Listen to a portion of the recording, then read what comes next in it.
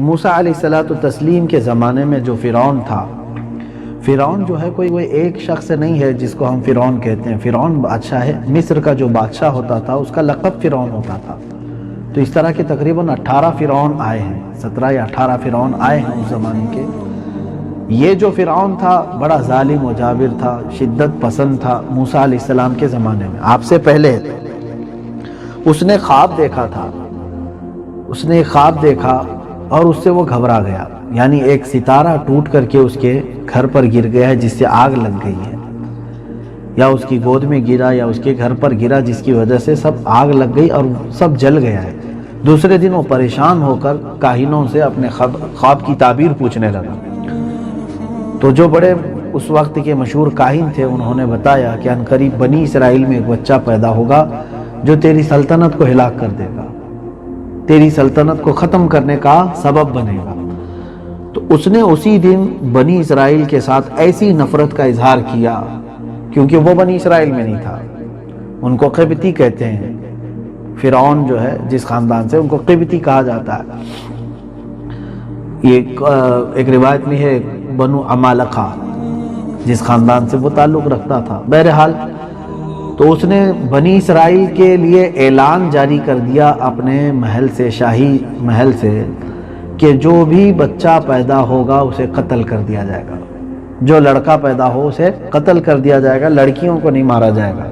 قرآن پاک میں اس کا تذکرہ کئی جگہوں پر ہے، پہلے پارے میں بھی ہے، اللہ تبارک تعالیٰ نے فرمایا، پھر 13ویں پارے میں بھی ہے، اور پھر یہ 20ویں پارے میں بھی ہے، یذبح ابناءہم ویستحیی نساءہم، یعنی بنی اسرائیل کے بیٹوں کو وہ ذبح کر دیتا تھا اور لڑکیوں کو زندہ چھوڑ دیتا تھا۔ اس نے ایک سال کے اندر 12,000 بچوں کو قتل کروایا۔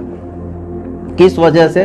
اس خوف سے کہ کہیں وہ بچہ پیدا ہو بنی اسرائیل میں جو میری ہلاکت کا سبب بنے گا، کہ کہیں سلطنت میری ختم کرنے والا بچہ پیدا نہ ہو جائے۔ تو اس لیے جو بھی حمل سے ہوتی عورتیں ان کی پوری خبر گیری ہوتی، جب بچہ پیدا ہوتا اسے قتل کر دیا۔ ایک سال کے بعد اس کے وزراء نے مل کر کے یہ کہا کہ بادشاہ اگر اسی طرح سے ہوتا رہا تو پھر آپ کی خدمت کے لیے جوان کیسے ملیں گے؟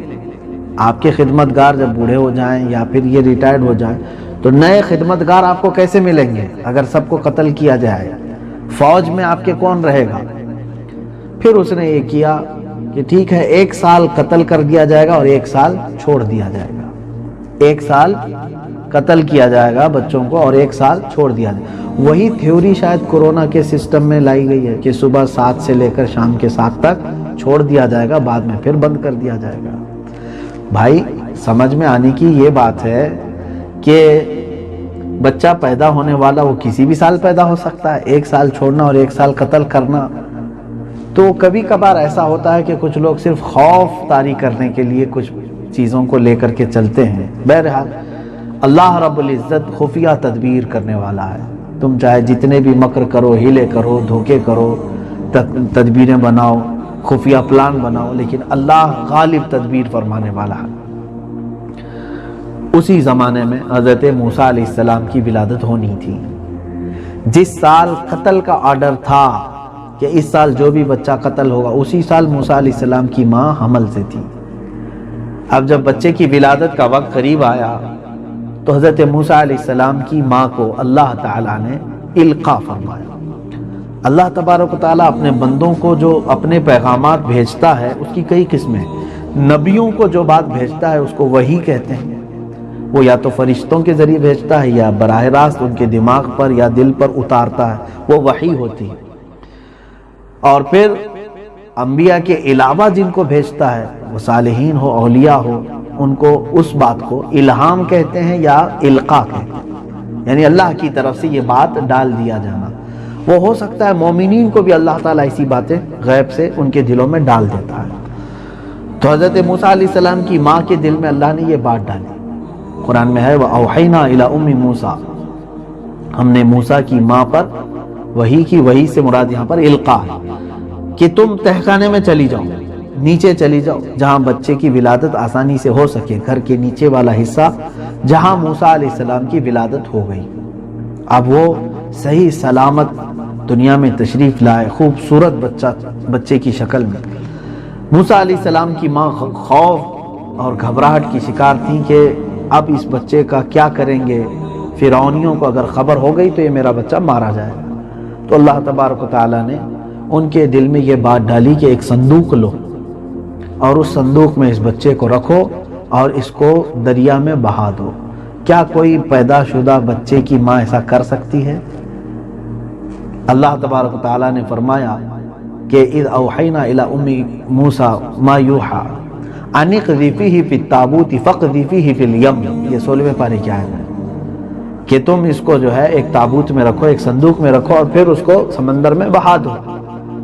پہلے بات تو دل ماننے کو تیار نہیں کہ کوئی ماں اس طرح سے بہا ہے، لیکن اللہ تعالیٰ فرماتا ہے لولا اربتنا علی قلبها، اگر ہم نے اس کے دل کو، ماں کو یعنی موسیٰ کی ماں کے دل کو مضبوط نہ کیا ہوتا تو پھر وہ اس طرح کا کام نہیں کرتی۔ اللہ تعالیٰ جب کوئی کسی سے کام کرواتا ہے تو اس کے دل کو مضبوط بھی خود فرماتا ہے۔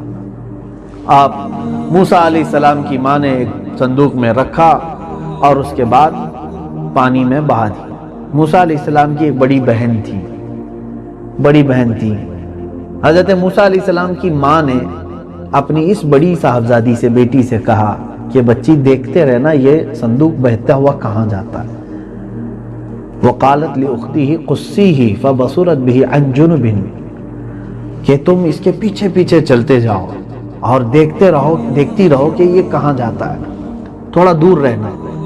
اب اللہ تبارک و تعالیٰ کا نظام یہاں سے شروع ہے۔ کچھ جگہوں پر جہاں ہماری طاقت کام کرتی ہے وہ اللہ تعالیٰ ہمارے بس میں رکھا ہے کہ تم سے جو ہو سکتا ہے وہ کرو، اور جہاں تمہاری استطاعت اور طاقت ختم ہو گئی تو پھر رب تبارک و تعالیٰ کا نظام حفاظت کا شروع ہوتا ہے۔ جیسے میں نے اس سے قبل کہا تھا، روٹی کھانے تک تمہارے اختیار میں ہے، روٹی کھانے تک تمہارے اختیار میں ہے، کچی کھاؤ، پکی کھاؤ، نمکین کھاؤ، میٹھی کھاؤ، 4 ٹکڑے کر کے کھاؤ، 5 ٹکڑے کر کے کھاؤ، سب آپ کے اختیار میں، لیکن اندر جانے کے بعد اب تمہارے اختیار میں نہیں۔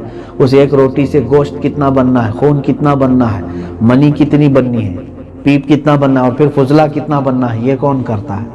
کیا آپ اپنے سوچ کر کے بیٹھتے ہیں کہ ایک روٹی میں میرا اتنا یہ بن جائے، اتنا یہ بن جائے؟ تمہارا اختیار حلق کے نیچے اترنے کے بعد نہیں ہے، وہاں سے نظام قدرت شروع ہے۔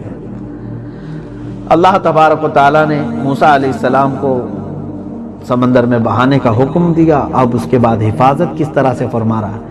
وہ صندوق بہتا بہتا بہتا ایک باغیچے کے کنارے آ کر لگا۔ دریا کے کنارے ایک بڑا باغیچہ تھا اور وہاں آ کر کے یہ صندوق ٹھہر گیا۔ اتفاق ایسا کہ یہ باغیچہ فرعون کے محل سے لگا ہوا باغیچہ ہے، اور اس وقت فرعون کی بیوی وہاں اپنی کنیزاؤں کے ساتھ تفریح کے لیے آئی۔ جب صندوق بہتا ہوا ندی کے کنارے پہنچا تو اس وقت فرعون کی بیوی نے کہا کہ دیکھو اس صندوق میں کیا ہے۔ کنیزوں نے اٹھایا، دیکھا ایک بالکل حسین و جمیل خوبصورت بچہ ہے، اٹھا کر کے لائی، بچہ ہے اس کے اندر۔ تو فرعون کی بیوی نے لیا اور اس کے بعد پیار کیا، اور اس وقت اتفاق ایسا ہے کہ فرعون کی کوئی اولاد بھی نہیں تھی، فرعون کی اولاد نہیں تھی۔ وہ اٹھائی اور لے کر کے اپنے محل میں آئی۔ فرعون سے کہا وقالت امرأۃ فرعون قرۃ العین لی ولک لا تقتلوہ، فرعون نے کہا کہ یہ بچہ کہاں سے آ گیا ہمارے گھر میں، مار ڈالو اس کو، قتل کر دو۔ تو اس نے کہا، بیوی نے کہا مت قتل مت کرو، ہو سکتا ہے تمہاری اور میری آنکھوں کی ٹھنڈک کا ذریعہ بن جائے، یہ عسیٰ ان ینفعنا او نتخذہ ولدا، اس سے ہم کوئی فائدہ اٹھائیں گے، یہ ہمارا بچہ رہے گا اور ہم اس کو بیٹا بنا لیں گے۔ فرعون اپنی بیوی کی بات مان لیا اور موسیٰ علیہ السلام کو اپنے محل میں رکھ لیا بیٹا بنا کر کے۔ اندازہ کریں جس خوف سے یہ ہلاک کر رہا ہے، جو بچہ آ کر کے سلطنت کو اس کے ہلاک کرنے والا تھا، وہ بچہ کوئی اور نہیں، کون ہے؟ موسیٰ علیہ السلام ہے۔ لیکن رب تبارک و تعالیٰ اسی کے محل میں موسیٰ علیہ السلام کو پہنچا دیا۔ اس کے بعد نظام قدرت اور میں آپ کو بتاؤں کس انداز سے، کہ فرعون نے اعلان کر دیا کہ شاہی گھرانے میں ایک بچے کی پرورش ہو رہی ہے۔ فرعون کو پہلے جو شک تھا کہ یہ کہیں ایسا بچہ نہ ہو جو ہلاک کرے، بیوی نے یہ کہہ کر کے اس کا شک دور کر دیا کہ جس خواب میں تو نے بچے کو دیکھا وہ بنی اسرائیل کا ہے، یہ تو ندی میں بہتا ہوا آیا ہے، پتہ نہیں کہاں سے بہتا ہوا آیا ہوگا۔ خیر، حضرت موسیٰ علیہ السلام کی اب دودھ پلانے کا مسئلہ آیا۔ اللہ تعالیٰ فرماتا وَحَرَّمْنَا عَلَيْهِ الْمَرَاضِعَ مِنْ قَبْلِ، دایائیں آئیں دودھ پلانے والی جو دودھ پلا سکتی تھی، لیکن موسیٰ علیہ السلام نے کسی بھی دایا کا دودھ نہیں پکڑا پورے دن۔ قرآن کہہ رہا ہے ہم نے ساری دایائیں ان کے لیے حرام کر دی تھی، موسیٰ علیہ السلام پر کسی دایا کا دودھ آپ نہیں پی رہے تھے۔ موسیٰ علیہ السلام کی بہن وہاں پر قریب میں تھی، انہوں نے کہا موسیٰ علیہ السلام کی بہن نے شاہی لوگوں سے کہ میں ایک عورت کو جانتی ہوں جس کا دودھ ہر کوئی بچہ پی لیتا ہے، اس دایا کو اگر آپ کہیں تو میں بلاتی ہوں۔ کہا کہ ٹھیک ہے، اس کو بھی ایک ٹرائی کر کے دیکھ لیا جائے۔ شہر کی بڑی بڑی جو مشہور خواتین ہیں بچوں کے پالنے میں، دایا بننے میں، وہ سب آ کر کے چلی گئی، تم بتاؤ کون سی دایا ہے؟ تو موسیٰ علیہ السلام کی بہن اپنی ماں کو لے کر کے آئی، دایا بنا کر کے لے کر کے آئی۔ تو آپ کی گود میں جب دیا گیا تو موسیٰ علیہ السلام نے اپنی ماں کا دودھ لیا اور پینا شروع کر دیا۔ یہ ہے نظام قدرت۔ اللہ رب العزت کہاں پرورش فرما رہا ہے، جبکہ دوسرے سارے بچوں کو وہ قتل کر رہا ہے، اور جس بچے کے متعلق اس نے خواب دیکھا وہ اسی کے محل میں پرورش پا رہے ہیں۔ اور ایسا نہیں کہ فرعون کے گھر میں کسی اور دایا کا دودھ پی کر کے، بلکہ اللہ تعالیٰ انہیں خود ان کی ماں کا دودھ پلا کر کے پال رہا ہے۔ اللہ کریم ہے، جب وہ تدبیر فرماتا ہے تو ساری دنیا کی تدبیریں دھری کی دھری رہ جاتی ہیں۔ ہوا بھی ایسے کہ آپ کی پرورش ہوتی رہی، موسیٰ علیہ السلام کی ماں نے خود ان کو دودھ پلایا، وہ بھی شاہی محل میں۔ جب آپ کی عمر مبارک 1 سال کی یا 2 سال کی تھی تو فرعون اور اس کی بیوی بیٹھے تھے دسترخوان پر۔ موسیٰ علیہ السلام نے فرعون کے چہرے کو پکڑا اور زوردار تماچا مار دیا اس کو۔ بادشاہ اعظم اس کو کہا جاتا تھا اس وقت، اس کے سامنے لوگ سر جھکاتے تھے، سجدے کرتے تھے، اور بہت ہی رعب دبدبا تھا اس کا۔ لیکن پہلی مرتبہ کسی نے تماچا جڑ دیا چہرے پہ، غصہ آ گیا اس فرعون کو۔ اس نے کہا اے میری خاتون، میں نہیں کہتا تھا کہ یہ بچہ کچھ مجھے عام سا بچہ نہیں لگتا ہے، کہیں یہی بچہ میری ہلاکت کا سبب تو نہ بن جائے۔ تو خاتون نے کہا نہیں، یہ صرف تمہارا وہم ہے، وہ تو بچہ ہے، نہ سمجھی میں ہو سکتا ہے ایسا کچھ کر گیا ہو۔ فرعون کہتا ہے نہیں، مجھے اندازہ ہے کہ اسے سب سمجھ ہے، وہ سب سمجھ سکتا ہے۔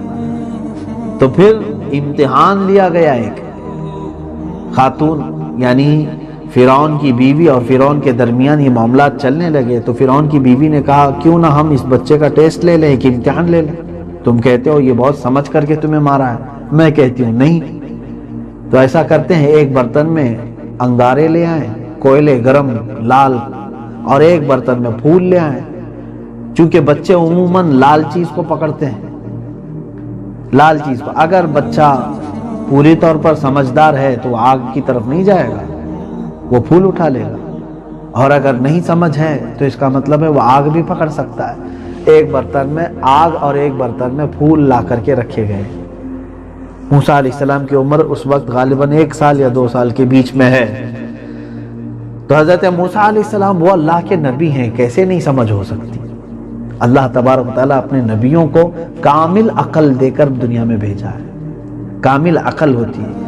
موسیٰ علیہ السلام کا ہاتھ جب پھولوں کی برتن کی طرف جا رہا تھا، روایت میں جبرائیل امین علیہ السلام آئے اور ان کا ہاتھ پکڑ کر آگ میں ڈھکیل دیا، آگ میں لگا دیا۔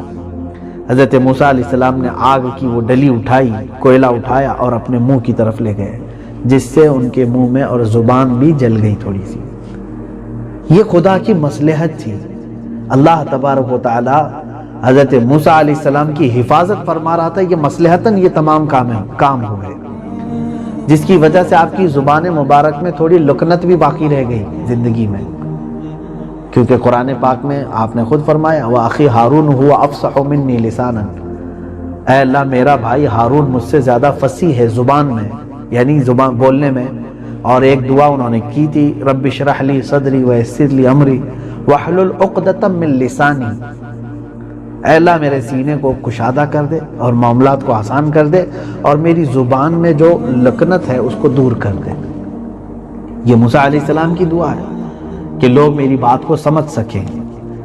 ایسا نہیں ہے کہ جس کو تتلا کہتے ہیں یا جس کو سننے میں لوگ عیب محسوس کرتے ہیں، ایسا نہیں ہے.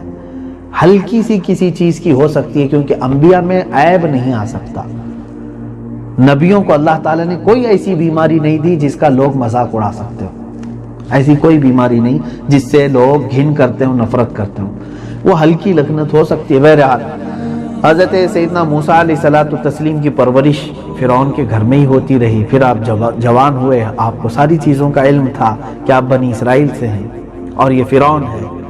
اللہ رب العزت کی وحدانیت کا تصور آپ کے ذہن و دماغ میں ہمیشہ رہا.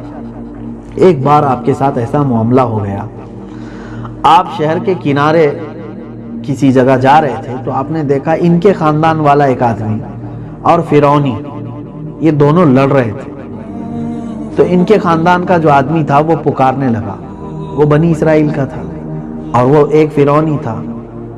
اس نے کہا کہ اے موسیٰ مدد کرو، میری مدد کرو، میں مظلوم ہوں، یہ مجھے مارے جا رہا ہے. موسیٰ علیہ السلام کو غصہ تھا ہی فرعونیوں کے اوپر.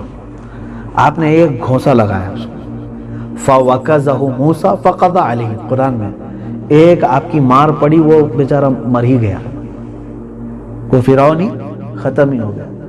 موسیٰ علیہ السلام کا ایک گھونسا کھا کر کے وہ ختم ہی ہو گیا. حضرت موسیٰ علیہ السلام کو افسوس ہوا کہ یہ کیسا کام ہو گیا مجھ سے ایک آدمی قتل ہو گیا. اللہ کی بارگاہ میں آپ نے دعا بھی کی، وہ دعا ہے قرآن پاک میں، رب اغفر لی، اے اللہ میری تو مغفرت فرما دے. بہرحال اس کے بعد آپ حضرت موسیٰ علیہ السلام اپنے ہاں آ گئے اپنے مقام پر. دوسرے دن پھر اسی مقام پر دیکھا، پھر وہ آدمی جھگڑ رہا تھا. کون؟ وہی بنی اسرائیلی اور ایک کے ساتھ. آج پھر وہ پکارنے لگا مدد کے لیے. موسیٰ علیہ السلام نے کہا تو ہی غلط ہے، کل میں نے جس کو مارا وہ میرے ہاتھ سے مر گیا بیچارہ، اب میں تجھے نہیں چھوڑوں گا. تو جیسے ہی حضرت موسیٰ علیہ السلام کو اس نے بڑھتے ہوئے دیکھا، اسے کل کا حشر تو معلوم تھا، ایک گھوسے میں تو دنیا سے چلے ہی جاتے ہیں. تو اس نے چلا کر کے کہا ان تريد وما تريد الا ان تكون من، آیت ہے اللہ، اس نے کہا فلما ان اراد ان يبطش بالذي هو عدو لهما قال يا موسى اتريد ان تقتلني كما قتلت نفسا بالامس ان تريد الا ان تكون جبارا في الارض. اس نے کہا اے موسیٰ کل جیسے تو نے ایک کا قتل کیا ہے، کیا آج بھی ایسے قتل کرنا چاہتے ہو؟ تم زمین پر جبر کرنا چاہتے ہو؟ اور یہ کہہ کر کے وہ جان چھڑا کر بھاگ گیا اور جا کر کے سب بتا دیا کہ موسیٰ کے ہاتھ سے ایک فرعونی مر گیا ہے. حضرت موسیٰ علیہ السلام کے متعلق جب فرعون کے یہاں یہ بات پتہ چل گئی تو وہ وزراء اس کے سب موسیٰ علیہ السلام کو گرفتار کرنے کے لیے وہاں سے نکل پڑے.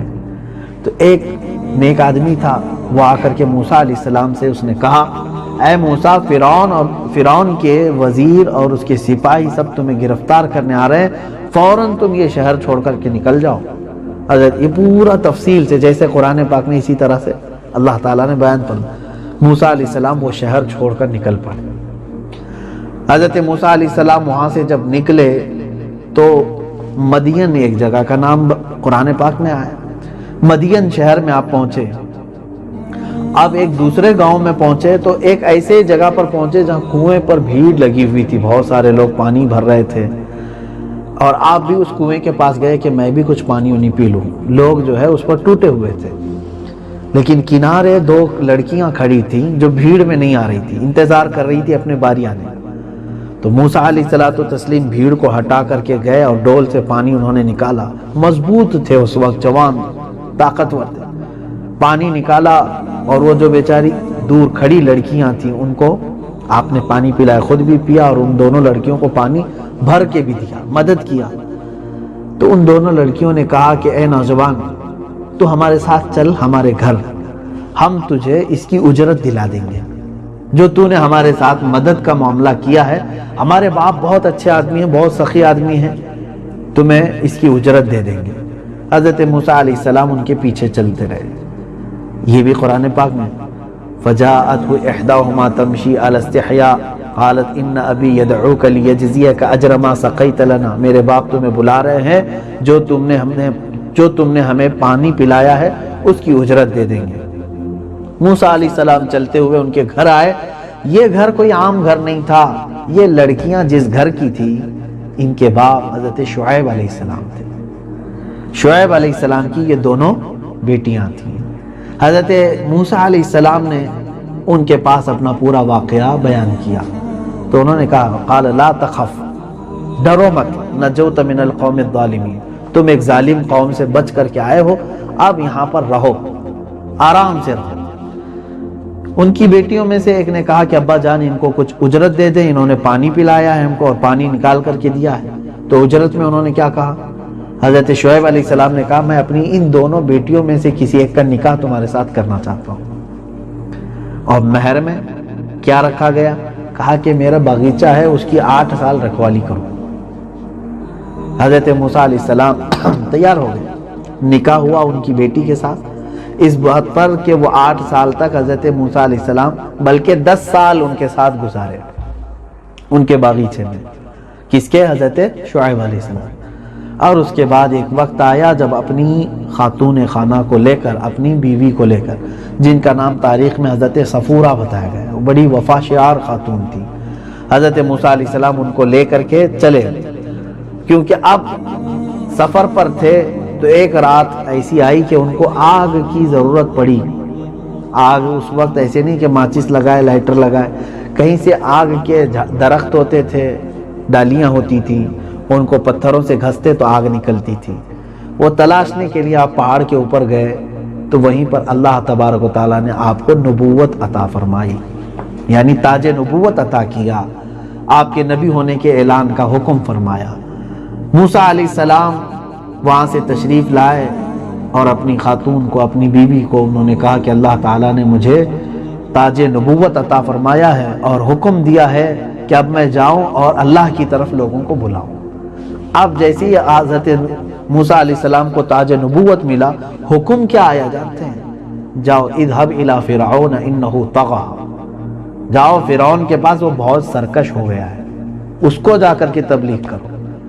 اب اندازہ کریں کہ نبوت کا ایک بار، نبوت کا منصب اور نبی کی ذمہ داری کتنی اعلیٰ ہے کہ فوراً کہاں بادشاہ وقت کو تبلیغ کا حکم اللہ کی طرف سے آیا، اور رب تبارک و تعالیٰ نے فرمایا کہ معجزے کے طور پر 2 چیزیں تمہیں دی جا رہی ہیں۔ موسیٰ علیہ السلام کے پاس ایک لکڑی ہمیشہ رہتی تھی جس سے آپ پتے جھاڑتے تھے، بکریاں ہانکتے تھے اور کبھی اس سے ٹیک لگا کر کے بیٹھتے تھے۔ موسیٰ علیہ السلام کے پاس وہ جو عصا ہوتا تھا، لکڑی، اللہ تعالیٰ نے فرمایا اے موسیٰ اس لکڑی کو زمین پر ڈالو۔ جیسے آپ نے زمین پر ڈالا، دیکھا کہ وہ ایک خوفناک اژدہا بن گیا، تو سیدنا موسیٰ علیہ السلام گھبرا گئے۔ اللہ تعالیٰ نے فرمایا خذھا ولا تخف، ڈرو مت، اس کو پکڑ لو۔ موسیٰ علیہ السلام نے اس اژدہا کو پکڑا تو لکڑی ہو گئی۔ یہ معجزہ موسیٰ علیہ السلام کو دیا گیا۔ اور دوسرا معجزہ تھا ید بیضا، جس کو کہتے ہیں، آپ اگر جیب میں ہاتھ ڈال کر باہر نکالتے تو ہتھیلی سے اتنی تیز روشنی آتی جیسے کہ سورج چمک رہا ہو۔ رات کے وقت بھی اگر آپ اپنی ہتھیلی کو نکالتے، سورج کی طرح سے روشنی آپ کے ہاتھ سے نکلتی تھی۔ یہ 2 معجزے تھے آپ کے۔ حضرت موسیٰ علیہ السلام کو اچھا یہاں پر پہلے سے معجزہ دے کر کے ایک ٹرائل سے گزارا گیا، یہ سنت الہیہ ہے۔ موسیٰ علیہ السلام یہ معجزہ لے کر سیدھے فرعون کے پاس ہی چلے جاتے اور وہیں جا کر کے عصا ڈالتے اور خود گھبرا جاتے، تو سامنے والے کو کیا لگتا کہ انہیں خود پتہ نہیں ہے، ابھی یہ خود گھبرائے ہوئے ہیں۔ تو یہاں پر ہمارے بعض فقہاء کرام اور بعض مفسرین نے فرمایا اللہ تبارک و تعالیٰ کی سنت یہ ہے کہ اپنے نبیوں کو پہلے تربیت سے گزارتا ہے اور اس کے بعد پھر دشمنوں کے سامنے اتارتا ہے۔ یا ہونا یہی چاہیے کہ آپ پہلے خود لیس ہوں علم سے، تقوی سے، پرہیزگاری سے، اور پھر دعوت کے میدان میں اتریں تو آپ کی زبان میں تاثیر بھی ہوگی اور سامنے والے کے اندر اثر بھی ہوگا۔ بہرحال وہ نبیوں کی بات تھی۔ سیدنا موسیٰ کلیم اللہ علیہ الصلوۃ والتسلیم تشریف لائے۔ اب جیسی آئے آپ نے فرعون کو دعوت دی، حق کی طرف بلایا۔ اب یہ کتنا سخت معاملہ تھا۔ اس وقت آپ کے ساتھ حضرت ہارون علیہ السلام بھی ساتھ ہو گئے، ان کے بھائی تھے جن کو ابھی حضرت موسیٰ علیہ السلام کا وزیر بھی آپ سمجھ لیں، وہ ساتھ میں ہی رہتے تھے۔ فرعون کو جب انہوں نے دعوت دی تو فرعون نے انکار کر دیا کہ تم کس خدا کی بات کر رہے ہو، میں خدا ہوں، انا ربکم الاعلی، میں تم سب کا بڑا خدا ہوں۔ موسیٰ علیہ السلام سے جب اس کا مکالمہ ہونے لگا تو فرعون نے یہ سمجھا کہ موسیٰ کے پاس شاید کوئی بہت بڑا جادو ہاتھ آیا ہے جس کی وجہ سے یہ میرے پاس مقابلے کی بات کر رہا ہے۔ تو اس نے مقابلہ کرنے کے لیے کیا کیا کہ کیا ہے تمہارے پاس، کوئی چیز ہے جو تمہارے خدا کے صحیح ہونے کی نشانی؟ تو آپ حضرت موسیٰ علیہ السلام نے کہا میرے پاس نشانیاں ہیں۔ تو اس نے کہا کہ شاید یہ جادو ہے، تو میں کیوں نہ اپنے سارے جادوگروں کو بلاؤں۔ سارے جادوگر جتنے بڑے بڑے تھے اس زمانے کے، کیونکہ اس زمانے میں عروج پر تھا جادو، اور یہ دیکھیں ہر نبی کو اللہ تعالیٰ وہ معجزہ دے کر بھیجا ہے جو اس زمانے میں عروج پر جو چیز رہتی تھی۔ جادوگر آئے، فرعون نے سب کو پیسوں سے خریدا بھی تھا، کہا کہ تم اپنا جادو دکھا کر کے موسیٰ کو شکست دے دینا۔ موسیٰ علیہ السلام اور جادوگروں کا ایک میدان میں مقابلہ ہو رہا تھا۔ موسیٰ علیہ السلام نے کہا تمہارے پاس کیا ہے وہ دکھاؤ۔ سب ایک چھوٹی چھوٹی رسیاں لائے تھے، انہوں نے میدان میں چھوڑ دیا۔ تو جیسے ہی وہ میدان میں چھوڑا، چھوٹے چھوٹے سانپ بن گئے اور رینگنے لگے۔ سب لوگوں نے، جتنے جادوگروں نے چھوڑا وہ سب کے سانپ بنے۔ یہ ہے نظر بندی۔ جادو کیا ہے؟ نظر بندی ہے۔ سانپ بنتے نہیں ہیں لیکن دکھتے ہیں۔ لیکن موسیٰ علیہ السلام کا جو تھا معجزہ تھا وہ نظر بندی نہیں بلکہ حقیقت میں سانپ بنتا تھا۔ موسیٰ علیہ السلام نے اپنا عصا چھوڑ دیا، وہ صرف ایک منہ کھولا اور پورے سانپوں کو نگل گئے۔ اب دوسرا منہ کھولتا تو جادوگروں کی طرف چلا جاتا۔ اتنا ہی تھا کہ سارے جادوگروں نے پکار کر کے کہا ہم موسیٰ کے رب پر ایمان لائے۔ موسیٰ علیہ السلام کے رب پر ایمان۔ جادوگر کا اتنی جلدی ایمان لانا یہ معمولی بات نہیں۔ کیوں؟ وہ جادوگر دیکھ رہے تھے، ان کی آنکھوں میں جو رسیاں انہوں نے ڈالی تھی وہ رسی ہی تھی۔ جادوگر کو معلوم رہتا ہے، دوسروں کو وہ دکھواتا ہے کہ یہ سانپ بنا ہوا ہے، لیکن خود جادوگر کو معلوم رہتا ہے کہ یہ رسی ہے۔ لیکن جب انہوں نے موسیٰ علیہ السلام کی لکڑی کو دیکھا کہ وہ لکڑی نہیں رہ گئی ہے بلکہ وہ حقیقت میں سانپ کا روپ دھار چکی ہے، کھا رہی ہے، تو ان کو یقین ہو گیا کہ یہ جادو نہیں ہو سکتا، یہ یقیناً کسی نبی کا معجزہ ہے۔ معجزہ اور جادو میں زمین آسمان کا فرق ہے۔ حضرت موسیٰ علیہ السلام پر وہ جیسے ہی ایمان لائے، فلما جاء السحرة قال لهم موسى القوا، یہاں پر یہ 11ویں پارے میں ہے، 19ویں پارے میں ہے، 9ویں پارے میں ہے، یہ سب آیتیں جو جادوگروں کے ساتھ آپ کا مقابلہ ہوا 16ویں پارے میں ہے۔ تو اس کے بعد فرعون نے یہ دیکھا کہ موسیٰ علیہ السلام سے اس کی سلطنت میں بڑا فتنہ ہو سکتا ہے، کئی لوگ ایمان لا رہے تھے، کئی لوگ آپ کے ساتھ اسلام قبول کر رہے تھے۔ اب جنگ شروع ہونی تھی موسیٰ علیہ السلام اور فرعون کے ساتھ۔ سیدنا موسیٰ کلیم اللہ علیہ السلام اپنے ایمان والے بندوں کو لے کر کے نکل پڑے۔ یہ کئی سالوں تک چلتا رہا معاملہ، دو بدو مقابلہ ہوتا رہا، کئی عذابات فرعونیوں کے اوپر آئے، جیسے کہ میں نے 9ویں پارے کی تفسیر میں کہا۔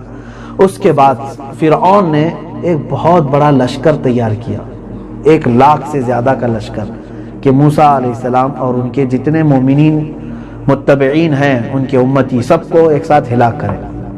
موسیٰ علیہ السلام کو اللہ نے حکم فرمایا اے موسیٰ تم پھر دوبارہ یہاں سے نکل کر چل پڑو۔ حضرت موسیٰ علیہ السلام اس وادی کو چھوڑ کر نکل پڑے۔ اب سمندر کے کنارے آپ پہنچے، اور روایات میں اور تاریخ میں یہ بتایا جاتا ہے وہ ریڈ سی جو آج مصر میں ہے، بحر احمر اس کو کہتے ہیں، سعودی اور مصر کے بیچ میں سمندر ہے ریڈ سی، اس سمندر کے پاس آپ آئے اور پیچھے فرعون کا پورا لشکر آپ کا پیچھا کر رہا ہے۔ پورے فرعون کا 1 لاکھ سے زیادہ کا لشکر آپ کا پیچھا کرتے ہوئے وہاں تک پہنچ گئے۔ سامنے سمندر پانی کا اور ادھر انسانوں کا سمندر، بیچ میں حق والوں کی چھوٹی سی جماعت تھی موسیٰ علیہ السلام کے ساتھ جتنے۔ وہ کڑا امتحان تھا ان کا، یا تو ادھر دیکھیں تو پانی میں ہلاک ہونا ہے، یا ادھر دیکھیں تو فرعونیوں کے لشکر میں ہلاک ہونا ہے۔ اللہ تبارک و تعالیٰ ایسی جگہوں سے کیسے نکالتا ہے اپنے مخلص بندوں کو۔ حکم فرمایا اے موسیٰ اپنا عصا پانی پر مارو۔ عصا پانی پر مارا آپ نے تو 12 راستے کھل گئے، ایسے راستے کہ جس سے ایک پورا کا پورا خاندان گزر سکتا ہے، اور اتنے سوکھے راستے کہ اس میں کیچڑ پانی تو دور کی بات، جب اس پر چلتے تھے تو دھول اڑتی تھی، جیسے لگتا دھوپ کی وجہ سے، دیکھتے نہیں آپ مٹی کے روڑوں پر دھول اڑتی ہے، اس سمندر کے بیچ میں 12 راستے بنے، کیونکہ آپ کے امت میں 12 قبیلے تھے، 12 خاندان تھے، سب کا ایک ایک راستہ سبوں نے اختیار کیا اور چل پڑے، سمندر کے اس کنارے سے اس کنارے ان کو جانا تھا۔ موسیٰ علیہ السلام ان 12 راستوں میں نکل پڑے۔ اب جب وہ سمندر سے آگے چل پڑے بیچ راستے میں، فرعون اور اس کے لشکری بھی قریب آ چکے تھے، انہوں نے جب دیکھا کہ سمندر میں راستے بنے ہوئے ہیں تو انہوں نے یہ نہیں سوچا کہ یہ نئے راستے ہیں، ایسے لگ رہے ہیں کہ بالکل پرانے بنے ہوئے راستے ہیں۔ تو اس کے وزیروں نے کہا بھی کہ اے فرعون، ان راستوں میں نہ جائیں، اس میں کچھ موسیٰ کی ہی لیے خصوصیت لگ رہی، ورنہ تو یہ سمندر ہے، سمندر میں راستہ کیسے؟ فرعون نے کہا جب موسیٰ اور اس کے سارے حواری لوگ، اس کے امتی لوگ چل کر کے گئے اور ہماری آنکھیں دیکھ رہی ہیں، ان کو پانی کا ایک قطرہ نہیں لگ رہا، ہم تو ان سے زیادہ طاقتور ہیں، ہمارے پاس گھوڑے گاڑیاں ہیں، سب چلو راستے پر۔ پورے لشکر کو انہی 12 راستوں پر لگا دیا، اور جب وہ 12 راستوں پر فرعون کا لشکر آیا، قرآن میں اللہ فرماتا ہے فَغَشِيَهُم مِّنَ الْيَمِّ مَا غَشِيَهُم، ہم نے پورے سمندر کو جیسا تھا ویسے ہی ملا دیا، پورے کے پورے لشکر اس میں غرق ہو گئے، کوئی نہیں بچ سکا۔ فرعون بھی وہیں پر اس کا خاتمہ ہو گیا، اور تقریباً اس کی عمر 400 سال کے قریب ہوئی اور ہلاک ہو گیا، برباد ہو گیا۔